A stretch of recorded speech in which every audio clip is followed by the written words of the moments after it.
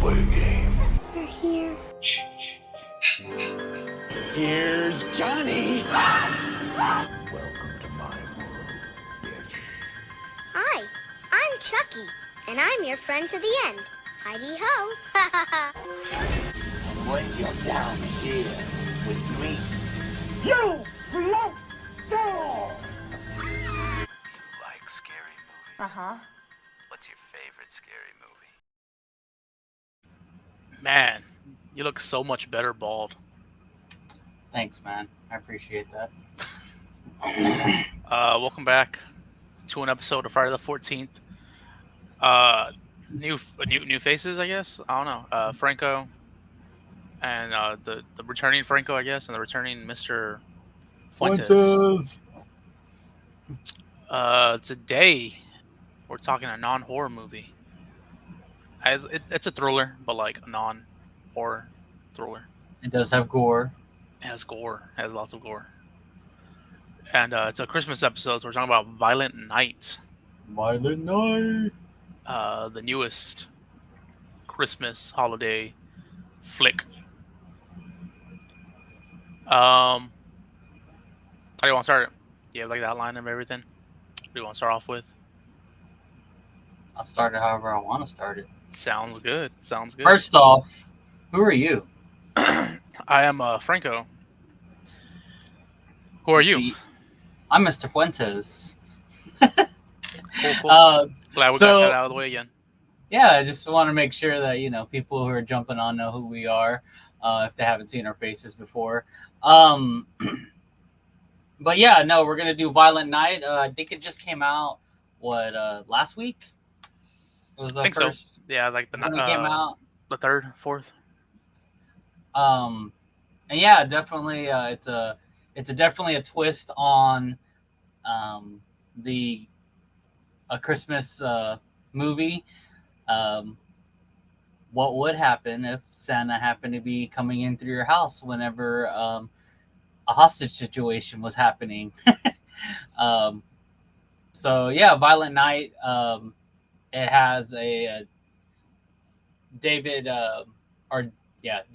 Harbour, the guy that plays Hopper on Stranger Things, and he played I forget the name of the character he played in Black Widow, but basically the anti-Captain America.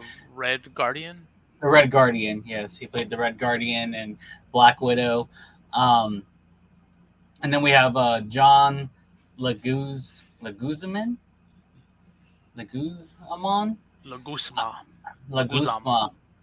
I always just say like that's the guy from like Super Mario Brothers, the live action movie. That's the only thing I ever remember him on. He obviously played a lot of good movies throughout the years. That's just the one that I always reference him to, and I'm pretty sure he hates that movie. And then we got a bunch of other people, which I've seen them, but they don't seem like they're super popular faces. Alex Hassel, Alex Lauder, Cam He was in Encanto. He played Bruno. Oh, yeah? Bruno? That's interesting. I've been seeing that movie a lot because my daughter. Dang. I know that Cam Gandon, that's the guy that played Never Back Down, the main villain antagonist, for sure. Ida Patterson, Ida Patterson. Yeah, and then after that, just kind of a bunch of faces I haven't really seen too much of. Some of them like seem familiar, but like I guess just in passing movies. But basically, Violent Night is a movie about Santa coming to a home that is having hostages being held. A little girl who happens to be there asks Santa to help, and Santa was just in the wrong place at the right time. And we kind of get his adventures of him trying to help this family out and get them away from this hostage situation. Yes, that's what the movie's about. I'm looking at these comments, and I'm not putting none of them up, and they're just spam comments, and they're funny. But yeah, You can go watch a movie in theaters right now. It's not streaming anywhere. It's just in theaters only. Only in Um, theaters. Bring the theaters back.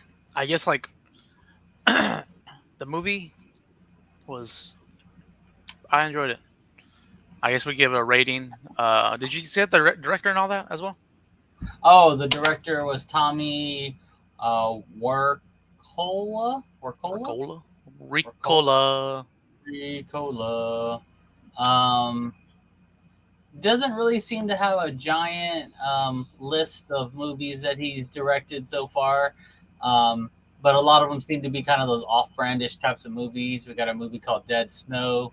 Hansel and Gretel. We got the Hansel and Gretel Witch Hunter, Dead Snow 2, What Happened to Monday. Actually, I haven't seen that one. I think I've heard good things about that, actually. What Happened to Monday. What happened to Monday? It disappeared, apparently. Huh. No, Monday was the name of a person. And Oh, was it? and she disappeared. But yeah, relatively, I don't want to say new director, but definitely haven't seen him in any bigger movies. So I think at the moment, this is probably his biggest movie that he's been a part of that he directed. Yeah. So what did we? What did you? You said you enjoyed it. What would you get a bit of rating out of? I really enjoyed it. Liked it a lot. I'm not big into Christmas movies. I don't know how you feel about Christmas movies, but I'm not big into them that much. But You're a mean one, from beginning Mr. to end, Grinch.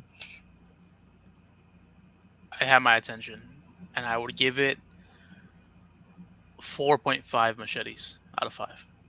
Dang, 4.5 machetes. I don't know if y'all know anything about Franco, but he's a hard man to please. Very. From movies and real life, just so y'all know. Movies are real life. See, you can't even agree with the statement I just made. Just can't please this guy. But yeah, no. I would give it a 4. I would give it a 4.5 as well. I was teetering between a 4 and a 4.5. See, I was teetering between a 4.5 and a 5, but like, I couldn't think of anything that would make me give it a 5, and I couldn't think of anything that made me not want to give it a 5. But like, I don't know. It's not a perfect movie, just because it's a Christmas movie, I think. Yeah, that's probably. I think for me, it still kind of gives you that that parody kind of, not a parody feel, but it's not a parody obviously because there's no movie it's really parodying, but it's kind of a parody off of Christmas in a sense. So it's kind of gives you that wacky comedic feel, and it's hard to me to give like a comedic film a 5, just because like it has to have more depth, and that's where like there are comedic films that have depth, but this one wasn't really too much depth. I don't think they gave it some depth, but it wasn't like super like it made you want to like, I don't know, at least that's in my opinion. I didn't feel like there was something missing, like, I don't know, maybe something off, or like I didn't want to give it a 5 either, or even a 4. I was like 4.5. I was like, I want to give it a 4, but I kind of like it. I would definitely recommend this, and I'd probably watch it again on my own time. And that's pretty much how I rate things: is will I watch it on my own time again? If I will, then it's probably a 4 at least. If it's not, then it's gonna be a 3 probably. And 5s, I don't know. Like Franco, I'm hard to impress. The only movie I would give a 5 to is Insidious. Insidious. That's a really good movie. Yep. How do you feel about Christmas movies? Do you watch a lot of Christmas movies? I enjoy Christmas movies for the most part. I wouldn't say I like watch a lot of Christmas movies, but I remember growing up, there were Christmas movies were definitely like something that were on TV a lot, and I'd watch them all the time. I know we had like a Christmas movie when I was growing up that was played a lot, and it was that Arnold Schwarzenegger one. I think it's called Jingle All the Way. I have no idea. And basically, it's a movie about Arnold Schwarzenegger. He has a family, and this kid wants this action figure of this popular toy, and everyone in the world wants it too, and it basically gets sold out, and he's last minute trying to find this like last action figure just for his son, so it just leads into this giant like wacky adventure. And of course he meets people who also want that same action adventure. It just becomes a really kooky movie, but it was really funny, and we own that on VHS, and so I'd watch it a lot as a kid. Like it was just a funny Christmas movie. But yeah, I've always kind of enjoyed Christmas movies, and for the most part, I like the holidays. I like Christmas.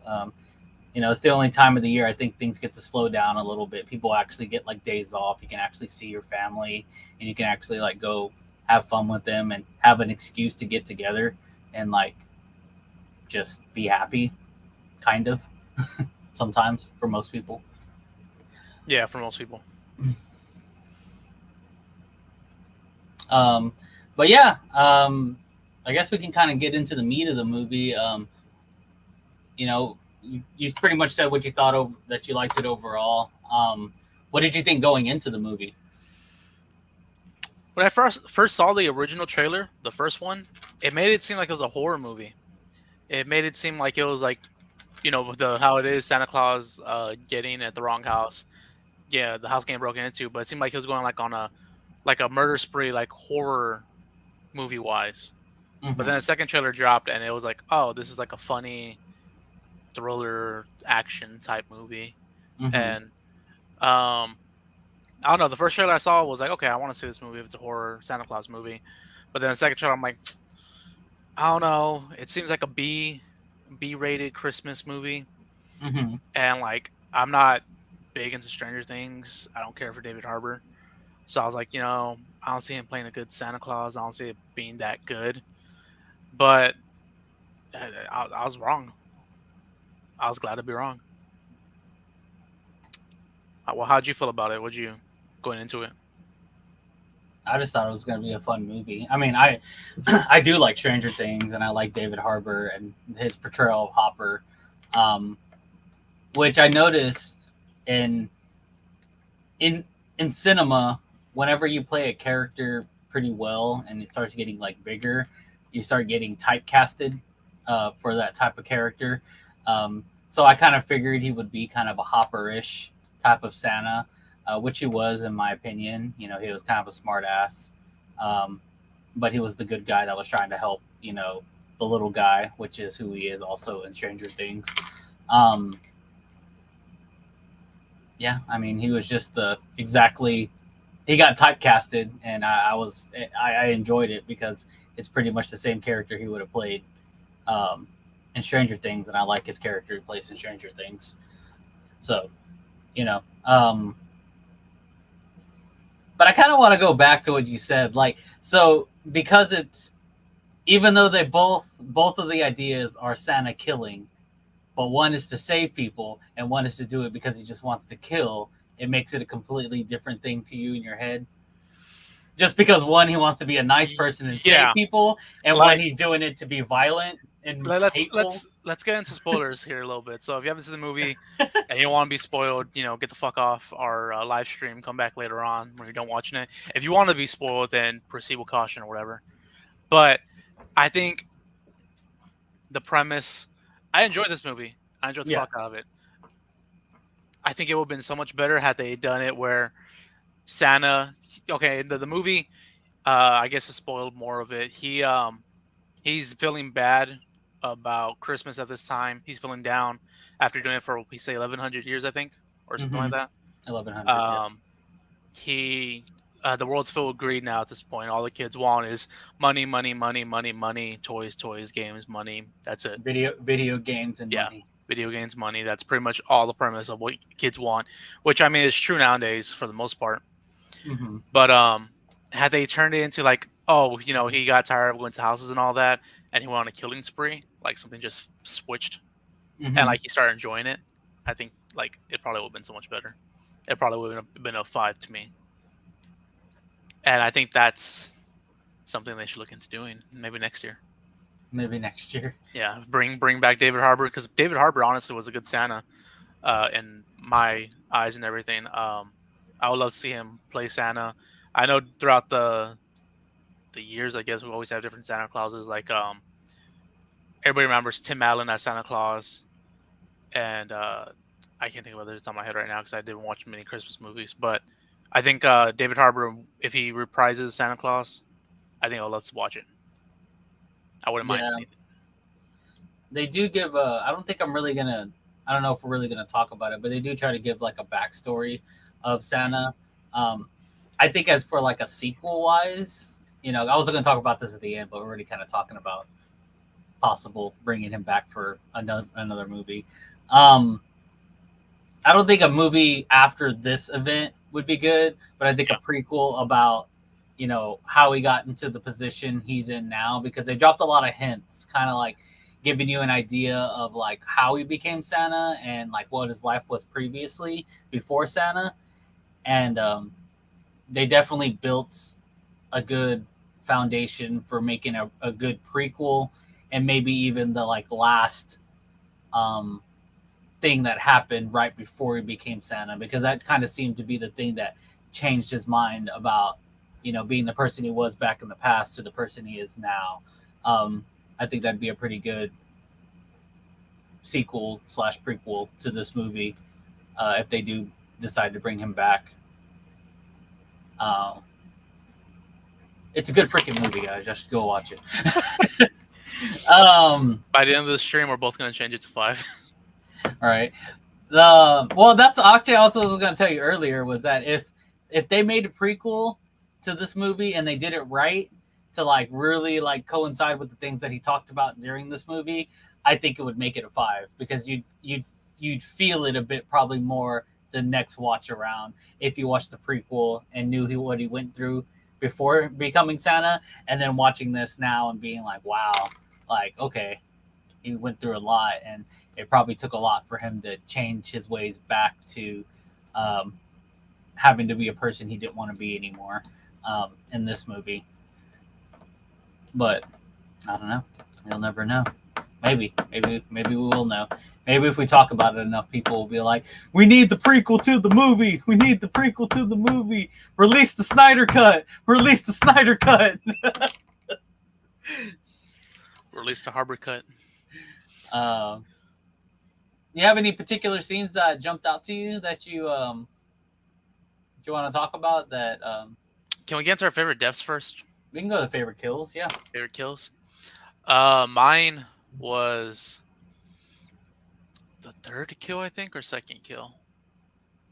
It may have been second kill. Santa Claus is fighting off these guys. One for the first two, I think it's one by one.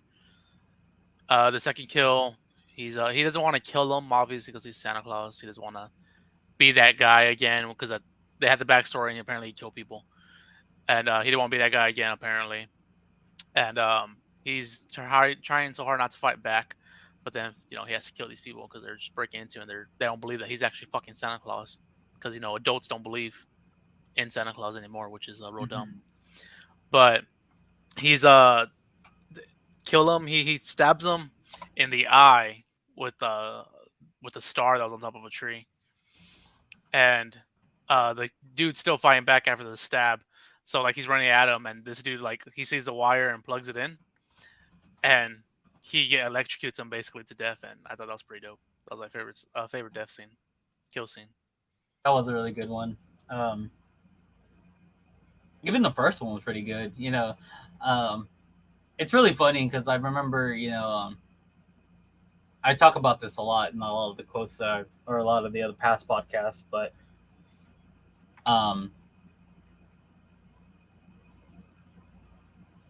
they talk about like in movies and plays, like everything's been like broken down like so much. Like if there's something in Act 1, then it needs to be used in Act 2. So if there's a gun hanging on the wall, then the gun should be used on the next scene, especially if you point it out in camera view. And so they did a pretty good job of that in this movie. They showed him almost falling out the window or looking down at the window and seeing that icicle. And then you get the kill, and it happened to be the guy, going out the window. This movie, I think, was very well done. my favorite kill scene, which I don't even want to say it, just because like it was so almost like it was so creative and almost so unbelievable when I saw it. Like, oh shit, okay, oh wow, this is what's happening. Whoa, okay. Like I want people to see it and have the same reaction I did when I first saw it, because I was like, wow, that was really creative. I've never seen that before. So I'm probably not gonna say it, but it does have to do. What's up, Bill? Don't say it, because that scene, it's a really good scene. I'm not gonna say it. I am gonna say though it's basically the boss fight in the movie. So it is a really good kill. It is the boss fight kill. But another one of my favorite kills scenes in the movie was more of the montage of whenever he's trapped in the shed and he finds a sledgehammer and he went Triple H on him. He gets very connected to his past self and uses that sledgehammer to kick some ass. And yeah, he definitely kicks some ass. It was a really, really cool montage and cool scene.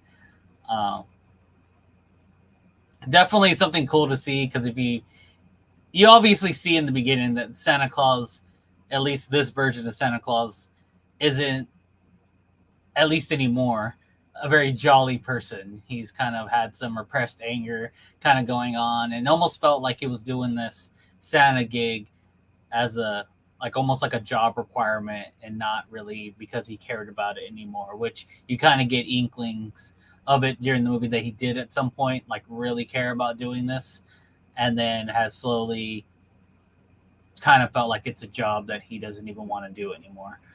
Even to the point where he kind of says in the very beginning of the movie, this may be my last Christmas. So yeah. So I did have a kind of a theory, and this is something that maybe it's not really, it's a spoiler, but it's not like a big spoiler. It's just something that when you go watch the movie, maybe you can see it and maybe it makes sense to you. But they talk about the Christmas magic throughout the movie, and they don't really like give it like, it's almost like a mysterious magic that not even Santa Claus himself understands. He's just like, just Christmas magic. Like, I don't even really know how it works. I think he says it like 3 times in the movie. I don't really get how it works either. Like, it's just, it doesn't even, like kind of what I said before, a prequel would be really awesome to kind of know, like, well, okay, he doesn't know how it works, but he got a magic scroll. He got a magic bag. He got some reindeers that fly. He goes up chimneys. But he doesn't know how any of this magic works. He just seems to be able to use it and not know anything about it. Is there a master, Christmas magic master warlock or something? Or is there a special orb he keeps with them? Because I think that's how they did it in the Santa Claus with Tim Allen. There was this magic orb or something like that. They kept all the Christmas magic or power. I think. I'm not 100% sure. But yeah, I don't know. It'd be prequel. We need a prequel sequel. we need 2. I want one on like how he became Santa Claus and end when he becomes Santa Claus, and then we need like a second one because Rudolph wasn't in this movie. It was just the 8, and he mentioned Rudolph. So I kind of want to like know the backstory of Rudolph. Why aren't you using Rudolph? And how'd you come across Rudolph as well? I guess. Right. So like it could be the first prequel could be about the whole how he became Santa Claus, ended with his first year, and the second one will be about how he got to Rudolph and how Rudolph isn't there no more. I don't know. Maybe Rudolph went on a killing spree himself. Right. That's why his nose is red. Yeah. It's all blood. Maybe they can make that one to the horror film. Rudolph. Rudolph the killing reindeer. Killing reindeer. But yeah, so my theory is when he tried to use the Christmas magic to escape, it wouldn't let him escape because he was supposed to be there. The Christmas magic basically was like, no, you need to stay and help these people. It didn't give him an option to leave, which is why I think the Christmas magic didn't work for him when he was trying to leave, and why it did work for him when he was trying to escape from the people because he already had made his mind that he was going to stay. So I think the reason his Christmas magic didn't work was because he was destined to be there to help those people. That was his It's his you know, destiny. it was his fate. It was his destiny. He couldn't leave. Once he was in there. So Christmas magic. I don't know. It's kind of weird how I want to know more about it. Like, what is it? But I guess when you watch the movie, you can make your own conclusion. But I thought maybe later it would tell you that, oh well, Christmas magic runs on juice and he maybe didn't have enough energy or something. I thought they were going to give some kind of excuse on why he couldn't use it later on, but it just basically, it kind of just turns out that Christmas magic just does its own thing. It does whatever it wants, whenever it wants, which I thought was kind of crazy. In the end, that he didn't even know how it worked. You want to jump into favorite scenes? Yeah, I was going to say favorite scenes. I was just trying to think of what my favorite scene would be. I really can't think of a favorite scene. Like, all those scenes are really good, but one that I can remember that sticks out, I guess, is they're outside in the snow, and he like gets snow, makes a snowball, and it's like a perfect freaking looking snowball, and throws it at the dude, and the dude falls and is knocked out pretty much. Like, it's a dumb scene, but like I liked it. It's just like he'd made it, and like you look at it, and it's like a perfect snowball. Yeah, I think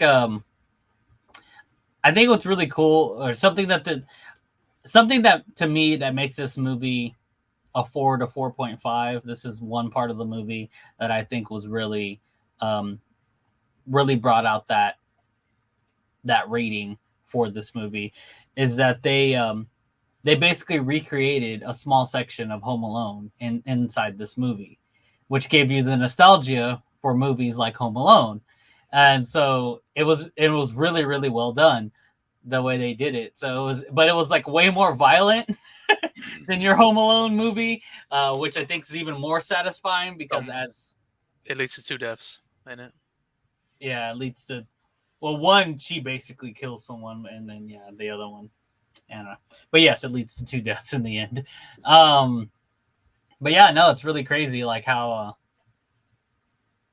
I thought that was probably my favorite scene, was that whole kind of scene playing out. The nostalgia from it, like it reminded you of Home Alone, and all the little traps that he put together and all the stuff like that. And that, watching this little girl recreate all that stuff and do it to the people that were breaking into her home, like the other movie. It was just a really good homage, paying homage to the old, Home Alone movies, and it also being kind of a Christmas movie as well. So it's just, the Home Alone movies are Christmas movies too. And I like those movies as kids too. But yeah, and I mean, they did a really good job recreating it, and it's definitely one of my favorite scenes. Yeah, they did a good job. I already said that like 5 times. I mean, I really don't know. I can explain all the traps and everything, but it's just one of those things that you just need to see it for yourself, like how she does everything. I can explain it step by step, but it's just so much better to like watch how it all plays out, because like this little girl really like outsmarted these guys. Like they and it's really funny too, like the way they did it, because they really, you walk into that trap as like, oh, it's so obvious what this dumb girl's trying to do, and then she like really, really messes them up. That was a good scene. Yes, sir. Is there anything you like about this movie that you disliked? That I disliked about this movie? Disliked. Walking into it, I wasn't gonna like it, so I guess that. Does that count? That I wasn't excited for it. No, not really. Because even from like the very beginning, they started like right away with Santa, and like everything was well done about it. Like I thought for sure they'll like, oh, give some story to the kid and the people and everything, but no, they started right away with Santa Claus in a bar and all that stuff. Him going, and they went with the kids and the like adults and everything. And there was like no boring moments in this movie at all. I do know a different way I would have loved to end it. Whenever we get into that, I guess. But no, there's no least favorite scenes for me. Yeah. I don't know. It's always hard because I know every movie, it needs to have like its moments and its backstory. For a little bit, whenever they're getting into the little girl and Santa talking on the walkie-talkie, and him giving the kind of the backstory and her kind of going back and forth, I felt like it was starting to drag, like almost starting to drag. I was just like, oh man, okay, when are we gonna get back to them like actually dealing with the other people? Like, but it wasn't like it ended appropriately. It was enough backstory for you to understand what was going on. But any time that happens in any movie, I'm always like, oh, especially when you start seeing action and then there's a lull happening and you're like, okay, so when are we going to get back to the action? We're going to have this backstory. But it wasn't too bad. I mean, that was probably my only, I wouldn't say dislike, but almost dislike. Because I do enjoy the backstory, and it's the whole reason I want a prequel to this movie. So, I mean, it did its job, letting you kind of wonder about what Santa was like before he became Santa. So, yeah, I mean, it did its job, and in the end, it paid off because I want a prequel now. Give it to me yesterday. I guess way we want to end it? Do you have a way you want to end it? Yeah, I was going to say, well, you said there was a way you would have ended it. How would you have ended it? Because, I mean, I liked how it ended in a sense. In a sense, I guess I do have one dislike about it, but I'll put it in this. I didn't like that they didn't have Mrs. Claus in it.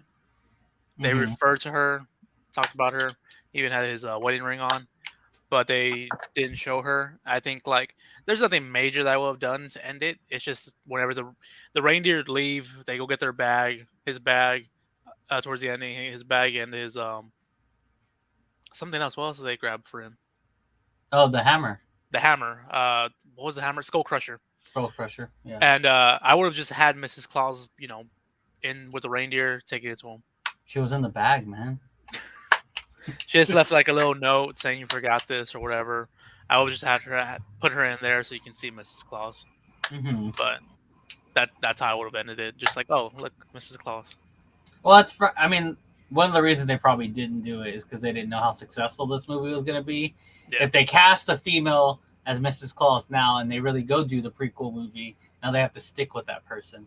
Mm-hmm. But now they have all the options in the world to pick anyone as Mrs. Claus for the sequel that you are going to release for sure for this movie. Yeah, we even talked about the budget. How much is like the budget of this film? Or it's I guess we could talk about what if you would have ended it, if it would have done anything different. Why I looked that up.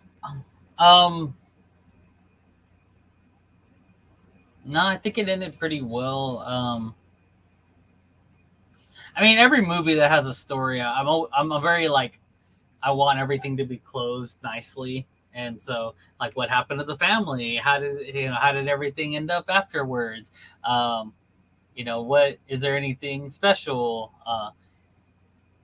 Maybe even some blooper scenes of not blooper scenes, but kind of blooper scenes of Santa like finishing off his run, but he's all bloody, so he's like stumbling and trying to like put presents and like knocking over shit, or even like seeing a kid that comes out and he wants to like creep up and see Santa Claus, and then he turns around, Santa Claus is all beat up and everything's all bloody, and he's like, ah! And then that's how it ends, something like that. I thought would be hilarious. But besides that, I mean, the actual way it ended, I thought was good. I guess I don't want to say cheesy or dislike, but the way Santa was saved in the end to me was like kind of cheesy, but I mean, it kind of goes with the whole Christmas spirit thing. So it's all Christmas magic, man. All of it. What were you looking for again? the budget, and Oh, it was 20 million it's not bad. so far for its opening weekend. Last week, it made 41.8 million. Okay, so it doubled its profit or doubled Yeah. its budget. Yeah, opening weekend, which I mean, yeah, that's pretty good. Hell yeah. But yeah, definitely. I mean, I really don't have anything else I would say about this movie, except it was really good, and I highly yeah. recommend it. Taglines. Oh, tagline! My favorite thing about this entire film, the tagline is "Better watch out." You better watch out. Tagline. From one of the quotes from the movie, they tried doing a Halloween kills instead of "Evil dies tonight." This motherfucker Scrooge said, "Christmas dies tonight." Yeah. I popped whenever he said that. I think I looked at you, but you weren't like you're paying attention to the movie. I was like, "This shit's hilarious." Yeah, no, I saw whenever I heard it, I was like, they did that from that movie. I was like, oh, that's good. I like it. No, Christmas Dies Tonight. That was a good one. Taglines. Well, it says you better watch out, so that was pretty good. Santa Claus is coming to town. Get ready for some Christmas beatings. Christmas beatings, seasons beatings, like the show. Seasons beatings. This past Friday. Seasons beatings, yeah. Get ready for some seasons beatings. Milk cookie and whiskey. Milk cookies and whiskey. I did actually, like, before white hopping on in here to try to refresh my memory of the movie itself. I watched the trailer to see if anything like that I might have forgot popped in my head. And in the trailer, in that very beginning scene where that Santa asked him, "Oh, I've been doing it for 4 years. How long have you been doing it?" In the movie, it's different than in the trailer. In the movies, he says, "I lost count. You know, it's been so many years." In the trailer, he says, "How long have you been doing it?" And he's like, "Oh, I started the whole thing." So that's what he says in the trailer. So it's pretty funny, you know, to go back and watch trailers sometimes after watching a movie, because like you'll see like scenes that they changed or things that they cut. Because sometimes you'll see scenes too in trailers that you're like, that never happened in the movie, or I never seen that scene in the movie. I forget which. There was a movie that was like really notorious for that. Like it was one of the Marvel movies. Like they released a trailer, and like almost everything that was in that like trailer wasn't in the actual movie at all. They were like using their like side scenes for stuff. I was like, that's kind of funny. Pretty kind of smart, I think.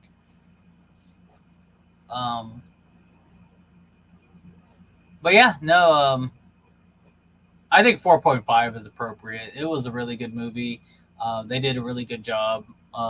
Executed the scenes properly. Definitely left you kind of, at least me, I don't know about Franco, but it left me wanting more to like know more about like the actual past of Santa Claus and stuff like that, which, you know, that's kind of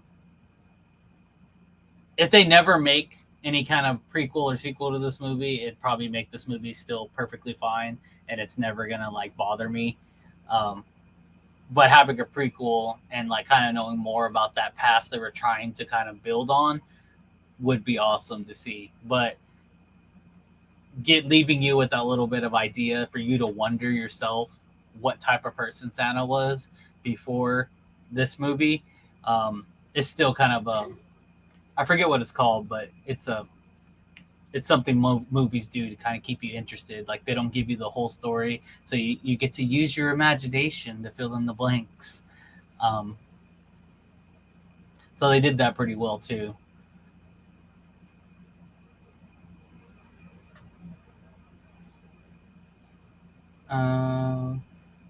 But yeah, I think that's it, huh? Yeah, I was looking up some trivia right now. That's the reason I was. It's written by the team responsible for Sonic the Hedgehog. Huh, interesting. Yeah. I've never seen Sonic, but this one was pretty good, so I might go watch it now. And apparently there was a reference to Hopper. After Santa Claus takes out some of the insurgents, Scrooge asks whether the protagonist could be a small town cop with 5 kids. A reference to Stranger Things and Harbor's character. Oh, I guess he does say that, huh? Yeah, That's I didn't funny. catch that. I didn't either. The number of visual and plot references towards Die Hard 2 should not be surprising since Scrooge was featured in both. I've never seen Die Hard 2, so I don't know. But yeah, written by a team responsible for Sonic the Hedgehog. It's pretty interesting. Pretty interesting. But do we got anything else? No, I think that's it. That's our review. I mean, our review, we could have broke down a lot more in this review. But we really just wanted to give our favorite scenes and favorite kills because there's just so much more that happens in this movie. It was well put together. The gore was kind of like, it was pretty extensive and they did a really good job with it. Like when someone bled, they bled. It wasn't like a little trickle of blood or nothing. Like, it wasn't like overly crazy either. It was just like a little more than, you would think. And it's just like, wow, okay, cool. There's a lot of cool little things going on. And just the whole idea, I guess this is another thing I did want to ask you is like, one of the things I liked, or maybe you saw, but they kind of portrayed Santa as like more human than like supernatural in this movie. Like almost like a human with a few like supernatural abilities in a sense, but mostly human for the most part. Did it seem to you like he had like overly like strength, like a little stronger than the average human? Like the way he caught the butt of that gun in the beginning? I guess, yeah. Like, I don't know. He did throw a guy at some point, and he flew pretty far. Yeah. I was like, oh shit, he like really flew. He took out all of these guys were like Navy SEALs, so this motherfucker got down. Yeah, they were all trained military, and yeah, he took them all out in the dark. But that just means he was a badass warrior at some point.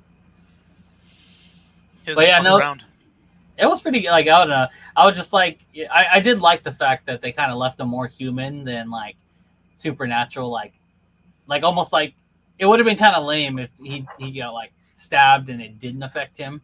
It's just like, oh, I'm Santa Claus, bitch. Like, you can't shoot me or stab me. Part of me thinks that the reason he was like felt pain and bled was probably because of the whole people don't believe in him stuff.